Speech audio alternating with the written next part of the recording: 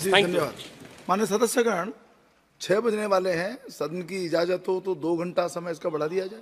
ठीक है श्री जी असदुद्दीन ओवैसी जी। मोहतरम चेयरमैन साहब, आपका बेहद शुक्रिया कि आपने मुझे सदर जमहूरिया के खुतबे पर बोलने का मौका दिया। सर, मैं हस्ब आदत और हस्ब रिवायत उसकी मुखालिफत में खड़ा हूँ और सदर जमहूरिया के खुतबे को अगर आप देखेंगे सर, तो उसमें पूरे खुतबे में लफ्ज़ मुसलमान तो छोड़िए, लफ्ज़ अक़लियत भी इस्तेमाल नहीं हुआ है। और मैं बड़ी ज़िम्मेदारी के साथ आपके सामने अर्ज़ कर रहा हूँ कि भारत में 14% मुसलमान जो आबादी के लिहाज से 17 करोड़ आते हैं, वो आज पिछले 10 साल में नरेंद्र मोदी की सरकार में अपने आप को एक गैर यकीनी कैफियत में पाते हैं। अपने सोचते हैं कि हमारी शनाख्त को ख़तरा है, हमारे वजूद को ख़तरा है। और मैं बड़ी ज़िम्मेदारी के साथ कह रहा हूँ कि जज्बात में लाए बगैर कह रहा हूँ कि आज 17 करोड़ मुसलमान अपने आप को ऐसा समझते हैं कि जिस ज़माने में हिटलर के ज़माने में यहूदी अपने आप को समझते थे। और उसकी मैं बताता हूँ क्यों समझते हैं, बताता हूँ आपको चंद मिनट में। सर, मिसाल के तौर पर आप देखिए खुतबे सदारत के हिस्से तहरीर का 32वां पैराग्राफ 32 पैराग्राफ में ड्रॉप आउट रेट का जिक्र हुआ, स्कूलों में इंदराज यानी एनरोलमेंट का जिक्र हुआ, एससीज का नाम लिया गया, एसटीज का नाम लिया गया, ओबीसीज का नाम लिया गया, लफ्ज़ अक़लियत का नाम नहीं लिया गया, मुसलमान तो छोड़िए। और सबसे ज़्यादा ड्रॉप आउट इस मुल्क में अगर स्कूलों में है तो मुसलमानों में है।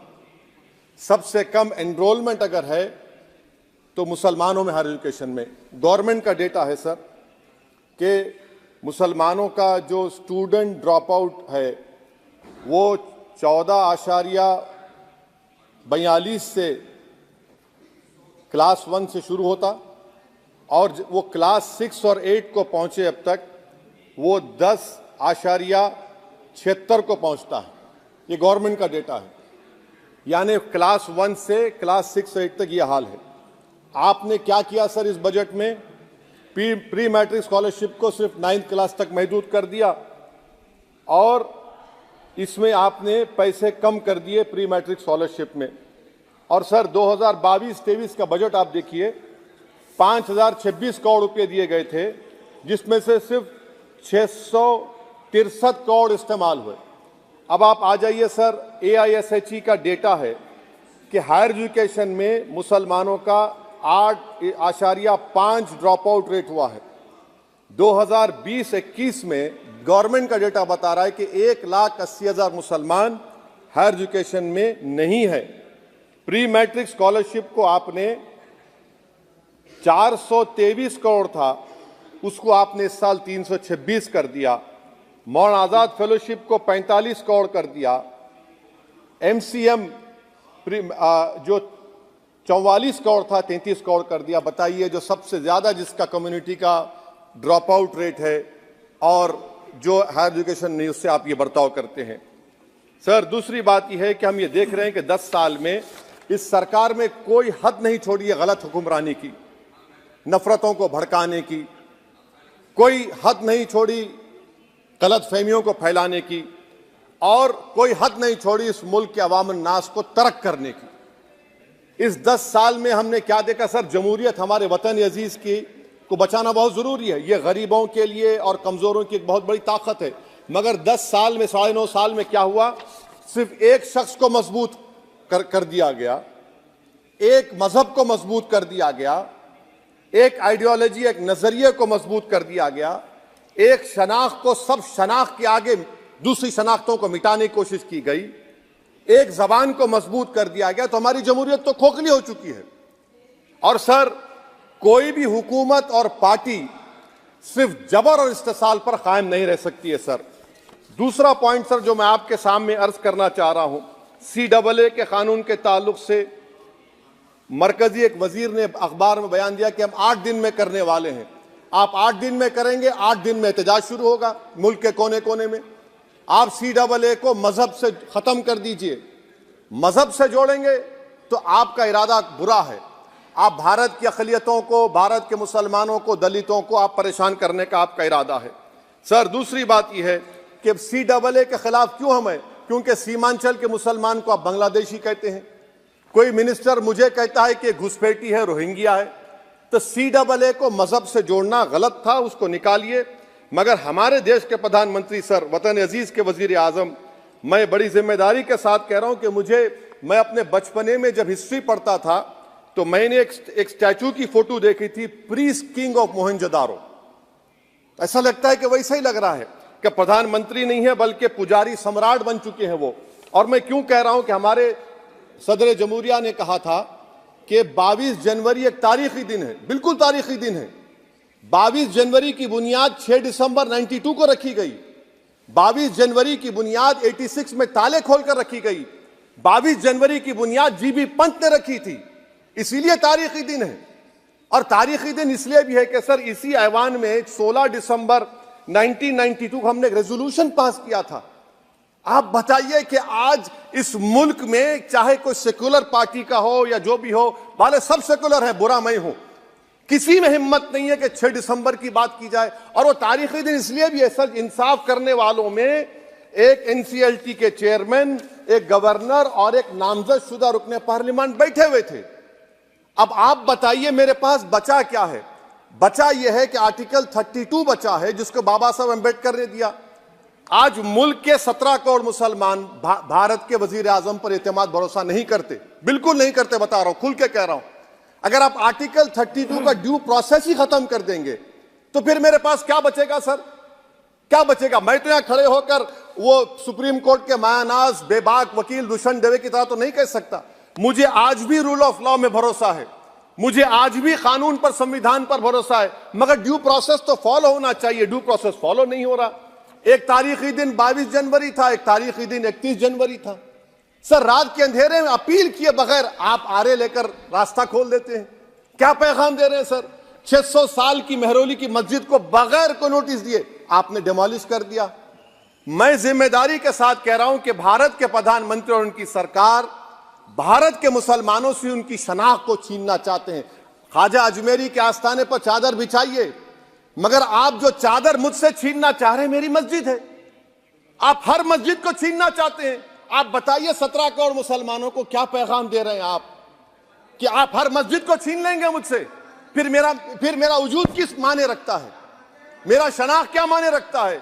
रूल ऑफ लॉ क्या माने? अच्छा, 1991 के प्लेसेस ऑफ वर्शिप एक्ट पर क्यों नहीं बोलते आप लोग? आप उस पर कायम है नहीं है।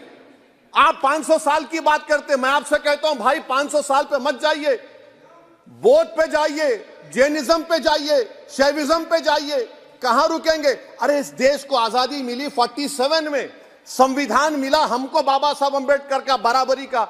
उससे पहले तो राजा रजवाड़े थे, जमहूरियत नहीं थी, लोकतंत्र नहीं था, मगर आप उसको उस बारे में लेके जाते। अरे 500 साल आगे क्या होगा बताइए? आप किसी एक सिविलाइजेशन, सर ऐसा अंग्रेजी में किसी ने कहा था, civilisation can not be rewritten by hatred, history can not be corrected by demolition. आप ये नहीं कर सकते। और मैं उम्मीद करता हूं कि जब मौर्रिख तारीख लिखेगा, नरेंद्र मोदी इस मुल्क में तारीख लिखना चाहते हैं। क्या तारीख लिखना चाहते हैं? कि मैंने इस देश को, गांधी अंबेडकर के देश को मैंने हिंदू राष्ट्र बना दिया। मैं उम्मीद करता हूं कि हमारे भारत के हमारे हिंदू भाई देश के प्रधानमंत्री की सोच को नाकाम करेंगे, उन पर है। अब देखते हैं क्या होता है। सर, नेबरहुड फर्स्ट की पॉलिसी है। नेबरहुड फर्स्ट क्या हो रहा है सर? हम सोशल मीडिया के जरिए फॉरेन पॉलिसी चला रहे हैं। मालदीव छोटा मुल्क, वो हमको आंख दिखा रहा है, चीन की गोद में बैठ गया। हमारे लद्दाख में हमारे जो लोग जानवर को लेकर घास चराए जाते, वहां पर चीन की आर्मी आके रोक रही। बताइए, बांग्लादेश चीन की गोद में बैठा हुआ है। आप गैलेंट्री अवार्ड दे रहे हैं, क्यों दे रहे हैं? कि चीन बैठा हुआ है। तो आपका बफर जोन गया कहां भाई साहब? आपका बफर जोन तो कहां गया नहीं मालूम, गायब हो गया बफर जोन। और दूसरी बात सर, आप ये भी देख लीजिए कि यहां पर मैं आपको इंपॉर्टेंट पॉइंट ये बताना चाह रहा हूं सर। ये हम बोलते हैं India middle east economic corridor, कितना पैसा है बताइए? वो नहीं बताया जाता। अच्छा सर, सबसे तकलीफ दे बात मेरे लिए है कि भारत ने यूनेस्को का इलेक्शन पाकिस्तान से हार गया। हम पाकिस्तान से हार गए। ये आपकी फॉरेन पॉलिसी है। यूनेस्को के इलेक्शन में पाकिस्तान से हार गए। अच्छा, मामला इजराइल का, फलस्तीन का, गाजा का आया, अक्टूबर में 10,000 लोग मर गए, हमने यूएन में सीज फायर की तायीद नहीं की। दिसंबर आया, 20,000 मर गए, तो हमने तायीद कर दी। क्यों तायीद की? क्योंकि ग्लोबल साउथ को हमको फॉलो करना पड़ रहा है। भारत ग्लोबल साउथ को फॉलो कर रहे, मेरे लिए तकलीफ दे बात है। यह आपकी नाकामी का बहुत बड़ा सबूत है। इसीलिए हम बता रहे हैं कि यह सरकार की बहुत से नाकाम। अच्छा, अलीगढ़ मुस्लिम यूनिवर्सिटी, आखिरी पॉइंट, अलीगढ़ मुस्लिम यूनिवर्सिटी। सर, आप उत्तर प्रदेश से आते हैं। सर, 81 में एक्ट पास हुआ। हमारा लॉ ऑफिसर कोर्ट में कहता है कि मैं पार्लियामेंट के एक्ट को नहीं मानता। कैसे नहीं मानते सर? क्या नरेंद्र मोदी ने पार्लियामेंट को नॉमिनेट किया या पार्लियामेंट ने नरेंद्र मोदी को प्रधानमंत्री बनाया? बताइए। 81 के एक्ट को नहीं मानते। सर, 2 ही तो सेंट्रल यूनिवर्सिटी है मुसलमानों के। 1,80,000 आप ही के सरकार के दौर में मुसलमान हायर एजुकेशन निकल गए। आप अलीगढ़ मुस्लिम से छीनना चाह रहे हैं। Theory of separation of powers में एग्जीक्यूटिव हमको डिक्टेट करेगा। मेरी आवाज तो पार्लियामेंट है, अब मेरी आवाज के खिलाफ एग्जीक्यूटिव सुप्रीम कोर्ट में बोलता है। अलीगढ़ मुस्लिम यूनिवर्सिटी से इतनी नफरत क्यों है आपको? वहां पर तो हिंदू भाई भी पढ़ते हैं। सर, ये अलीगढ़ मुस्लिम यूनिवर्सिटी का मामला है सर। तो मैं आपसे इस बात पर, इस शेर पर अपनी बात को खत्म कर रहा हूं सर। आप भी उर्दूदां हैं जी। मसीहाओं को जब भी आवाज दी है, अहमद फराज का शेर है जी जी। मसीहाओं को जब भी आवाज दी है, पलट कर आ गए हर बार कातिल। मसीहाओं को जब भी आवाज दी है, पलट कर आ गए हर बार कातिल। वहां क्या दाद खाही क्या गवाही, वहां क्या दाद खाही क्या गवाही, जहां हो मुंसिफों के यार कातिल। सर, मैं फिर से हुकूमत से मुतालबा करता हूं कि अल्पसंख्यक समाज के बजट के स्कॉलरशिप को आप डिमांड ड्रिवन करिए। भारत के प्रधानमंत्री प्रधान सेवक रहिए। आप कोई प्रीस किंग मत बन जाइए। आप जीतेंगे, कौन जीतेंगे देश तय करेगा। मगर याद रखिए, 17 करोड़ मुसलमान आज गम और गुस्से में हैं और इस बात को महसूस कर रहे हैं, इस बात को महसूस कर रहे हैं कि प्रधानमंत्री को हम नोट नहीं दिए, मगर हमारा प्रधानमंत्री है। आखिर ये प्रधानमंत्री 17 करोड़ मुसलमानों की उनकी शनाख्त को कैसे मिटा रहे हैं, कैसे उनको आप मार्जिनलाइज कर रहे हैं। इसीलिए सर, मैं उम्मीद करता हूं कि हमारे सेक्युलरिज्म जो है, वो मैं पॉलिटिकल सेक्युलरिज्म कभी नहीं माना। जो सेक्युलरिज्म संविधान में लिखा गया, उसकी हिफाजत करेंगे। मुल्क अहम है, वरना याद रखिए, आप चुनाव जीते हैं हारे, मगर अगर आप 17 करोड़ एक जनता को आप गैर यकीनी कैफियत पैदा कर देंगे, ये देश के हित में नहीं होगा। बल्कि हम तो उम्मीद कर रहे हैं कि ड्यू प्रोसेस अदालत फॉलो करेगी। अदालत अगर एक तरफा फैसले करेगी तो गलत होगा। सर, बहुत बहुत शुक्रिया।